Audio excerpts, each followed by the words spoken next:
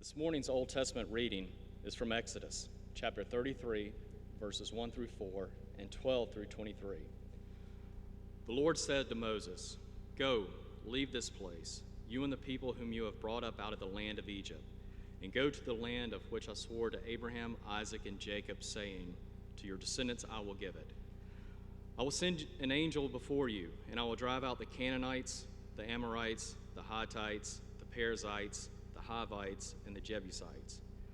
Go up to a land flowing with milk and honey, but I will not go up among you, or I would consume you on the way, for you are a stiff-necked people."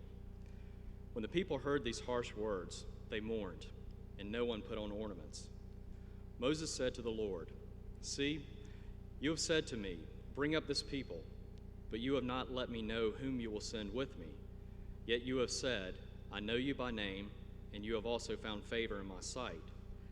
Now if I have found favor in your sight, show me your ways, so that I may know you and find favor in your sight. Consider too, this nation is your people." He said, "My presence will go with you, and I will give you rest." And he said to him, "If your presence will not go, do not carry us up from here. For how shall it be known that I have found favor in your sight, I and your people, unless you go with us?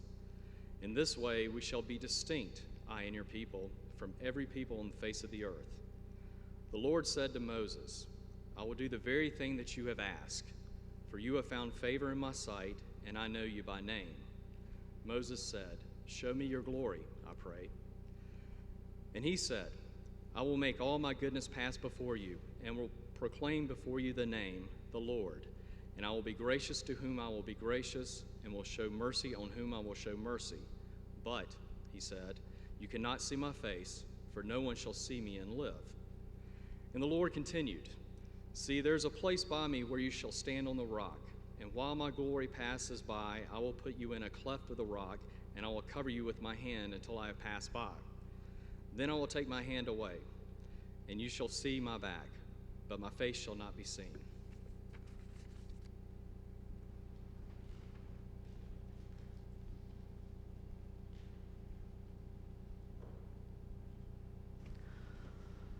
Join me in prayer.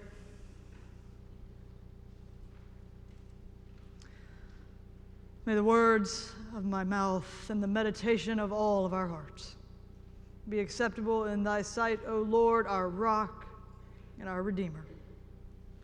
Amen. "I am who I am," called the voice from the burning bush. "I will be who I will be. I have heard the pleas of my people," he told Moses, "and I will lead you out."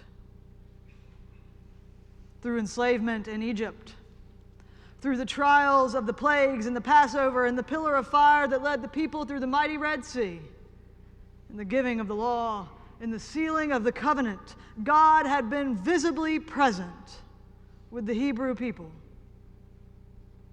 But then there was the debacle. Then there was the golden calf. Moses was away, and without the model of a God in front of them and the voice of a leader to dissuade them, the people found themselves turning to a God of their own creation. They melted all of their gold and worshiped the towering, opulent calf.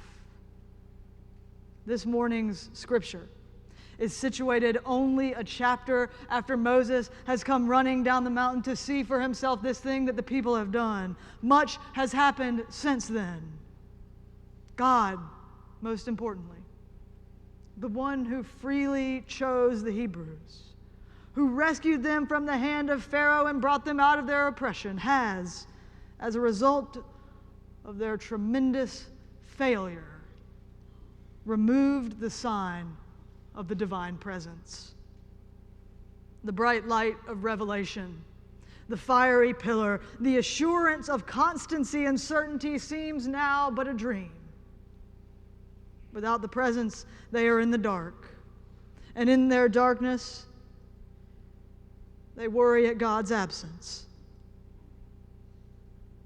How could it be the one who carried them out, who spoke with Abraham and Isaac, who laid the foundation of the universe, is gone. They mourn their loss as one would the loss of a friend. Due West Hardware was the kind of old school shop where everything was everywhere. Boxes of nails and screws lined the aisles, and the shelves, to me, a little kid, seemed to reach all the way up to heavens, just full of stuff. At the very back, near where my grandfather, R.D. MacDill, kept peanuts roasting on the furnace, there was a bulk supply of Hershey's chocolate bars, 50 cents to a customer who wanted them. Every time I visited Due West, my mother made me, for some reason, I can't imagine why, leave the house and work at least one shift at Due West Hardware. For my labor, my grandfather paid me with a Hershey bar. It was a nice gesture. But I was a diligent worker, and I felt certain that my worth more rightly equated to chocolate bars. And really, come to think of it, I worked really hard most days, which means I should probably get 3 chocolate bars. Even as a child, though, I was smart enough to know that throwing away 2 wrappers which I had quite obviously stolen from my grandfather, would betray my own sort of creative payment scheme. So I would hide all of the rest of the wrappers, afraid that if I just shoved them in my pockets, my mom would find me out. Deep in a box of nails, I would just pour it out and line the bottom of the box with these things. Underneath the dustiest spray paint cans, behind the flashlights that probably had been there for 50 years, always just on the edge of my grandfather's vision, lingering a beat too long and then dashing away. Like a lost thought on the tip of your tongue, my work was best done in the shadows. Back in the wilderness, Moses was certain. God had told him, even after the debacle, God had told them that the land of milk and honey was still within reach. God's promise would come to fruition for the people. Even in their faithlessness, God was faithful. The problem for Moses was that I am, inclined to righteous judgment in the face of utter disobedience, could no longer go with them. For the Hebrew people, the specter of the calf could not be escaped. In it was their failure and God's judgment. I would consume you on the way, cries God, for you are a stiff-necked people. What happens next is incredible. Moses fights. Moses, this man who struggled to speak to Pharaoh, who couldn't believe that it would be his job to do so, who tried to talk himself out of his entire calling from the very beginning, offers a remarkable protest against God's withdrawal. Moses remembered God's fidelity. He remembered God's fidelity to him, and he knew that God had chosen this people, the Hebrews, to be unique in the world. He knew more than any other God's grace, and he knew that his people could not go forward, that they would not go forward without an assurance of God's accompanying presence. Moses demands that God go with the people into the promised land, and God concedes. Moses has to repeat it twice because he doesn't quite believe it. God will indeed lead the way. This is where Moses gets ahead of himself. Perhaps a bit overconfident, he goes a step further, having gotten one concession from the divine. Show me your glory.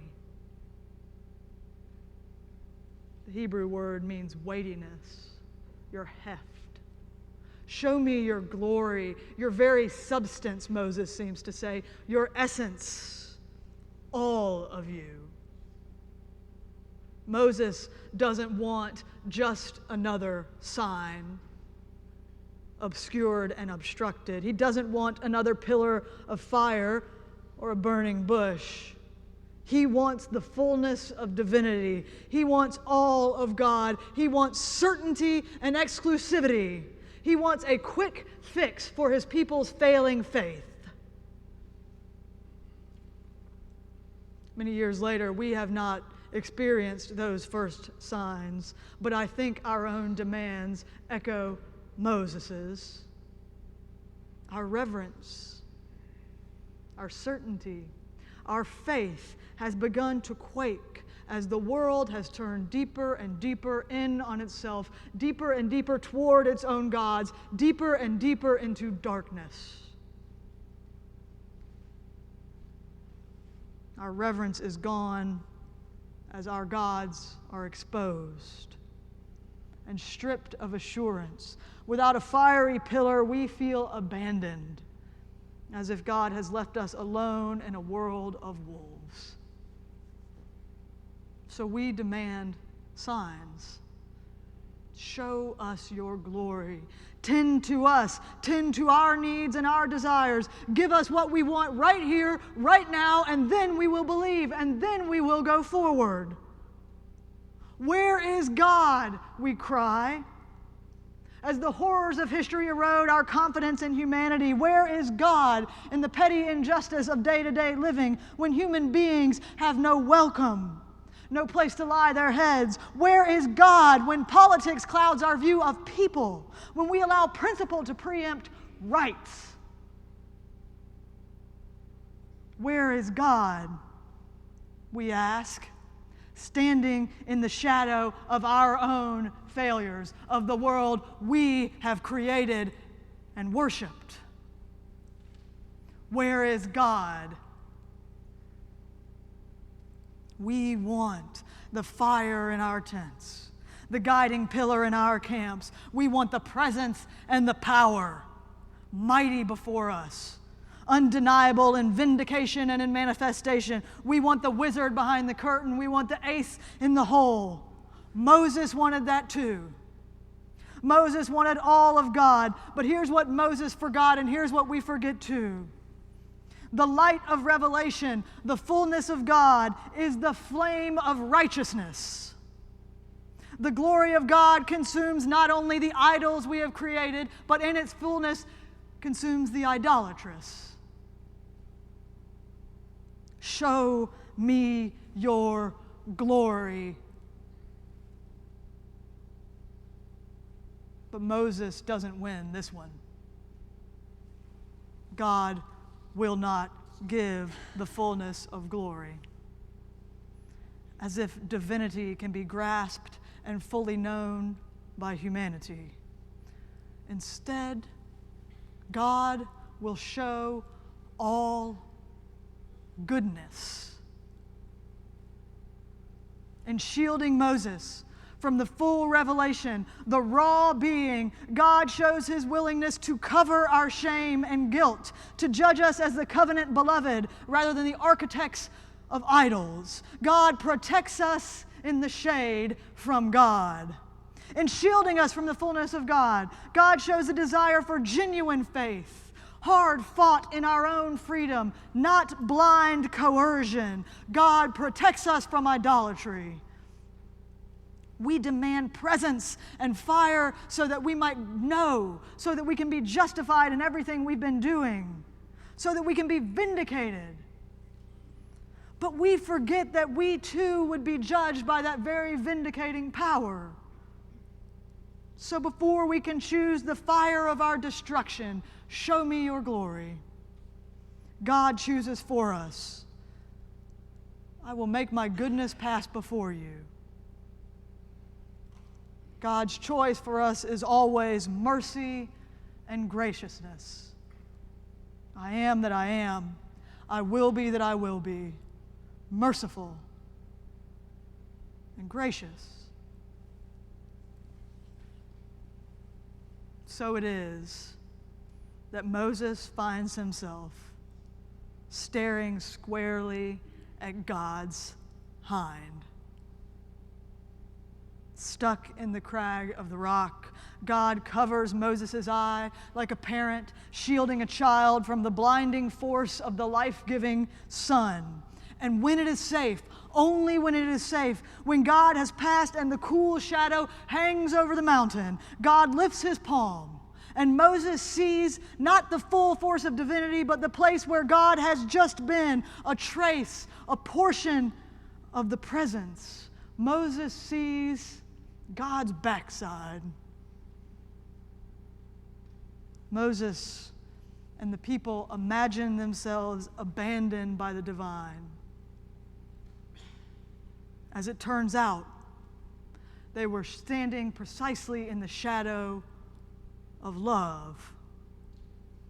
Love that sought life, not destruction. Love that was calling them forward, making a path even in the stone. Love altogether different from lifeless, self-made idols. Love, the challenge to follow in the cool of the shade, in uncertainty and failure, not only in the passion of fire, but in the shadow of the mundane. Where is God, we cry in our dark world? I'll tell you this. God is never in the strong man. God is always in the goodness. Goodness, which in our world of calves and idols, more often than not comes as shade and shadow, as the trace of light in a darkened rock. Goodness, when the very God and very man breaks bread among friends and betrayers. Goodness, when God weeps in a garden. Goodness, when God hangs on a Roman cross. Goodness in shadows, in the cool of an empty tomb, where death is finally defeated. Life among the otherwise lifeless. Rest from the blinding sun. If we expect to see God in this world, this broken world, then I suggest we begin by looking beyond whatever idols we have made for ourselves and whatever ways we justify ourselves and whatever things other than God we worship. I would suggest we look beyond easy faith and fixes. Look beyond despair. Look beyond our own tents and our own camps. Instead, if we want to find God, truly, if we want to seek after God, I suggest that we look up ahead in the jagged places of this world, in rugged crags and rocks, on the edges of society where basic human rights are denied, where people go unfed, where the poor are overlooked, where apathy has eclipsed hope. If you want to see God, go to the homeless shelter down the street. Go to the refugee camp across the world. If you want to see God, go to the forgotten bateys of the Dominican Republic. There, especially in the shadows, in the darkness of neglected living, there you will find a trace, a hint of light, of presence, God's backside, lingering a bit longer than you might expect, and then continuing along the way, like a memory on the tip of your tongue, one you can only follow to fully understand. When my grandfather died, his children inventoried Due West hardware, which was no easy task. My mother told me that you could see everywhere that I had been. You could feel my presence among this little trail of ancient, hidden chocolate wrappers. You could see, she said, the delight I took in hiding those wrappers, often just out of line of sight, beyond where my grandfather sat, certainly knowing what was happening, perpetually perched on his stool. It was like an archaeological dig, 2 layers of wood nails and then a light bed of wrappers, and then even below that, layers further and further down, a clumped remnant. I wasn't there, but it was most certainly not difficult to find me. It's the very same way that I could and I can still feel my grandfather whenever I set foot on those warped floorboards. It turns out that sometimes we see better in the shade, in traces, in hints, than in the fire. Occasionally, no doubt, we will experience God as blinding light, an undeniable sign, a mighty presence. But more often in our lives, God will come as the merciful cool of a shadow, hiding his face from our failures and pressing us forward deeper and deeper into a forgotten world, forcing us to leave our camps and our security, giving us a measure of glory, never its fullness, a trace that we cannot help but follow. The God of fire and shadow has come to this earth, not to dazzle us with pillars of smoke and parted seas, but to walk ahead of us, to make a path so that we broken people might find our way into the broken world.